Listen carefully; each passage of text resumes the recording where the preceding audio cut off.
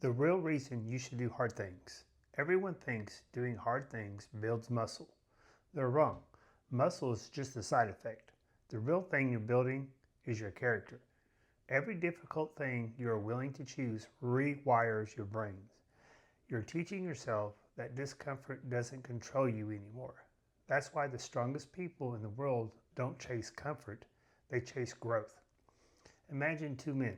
Every morning the alarm goes off. One hits the snooze, the other gets up. After one day, nothing changes. After 1 year, they're different men. Not because of genetics, because one conditioned his will. The other conditioned his excuses. That's what most people miss. Your body follows your mind, and your mind follows your habits. Every difficult thing you finish becomes evidence. I can do hard things. The next challenge becomes easier, not because life changed, but because you changed. That's why resistance training is called resistance. Not because the weight is resisting you, because life is resisting the weaker version of yourself. The same thing is true of marriage, faith, money, parenting, business.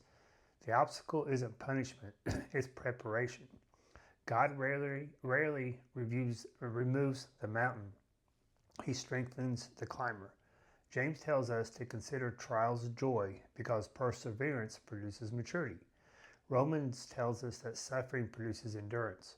Jesus told us to deny ourselves. None of those verses promise comfort. They promise transformation. That's why at Second Half Strong, we use 4 simple steps, my 4D framework. First, you decide. Decide that you're going to refuse to decline. Second, you diagnose. Be honest where you're at. Third, design. Build systems instead of depending on motivation. And fourth, discipline. Repeat those systems until they become who you are. That's how you become stronger in your faith, in your family, in your fitness, in your finances. Because the goal isn't simply to become tougher.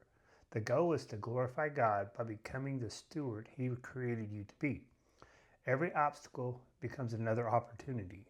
Every difficult choice becomes another vote for your future self.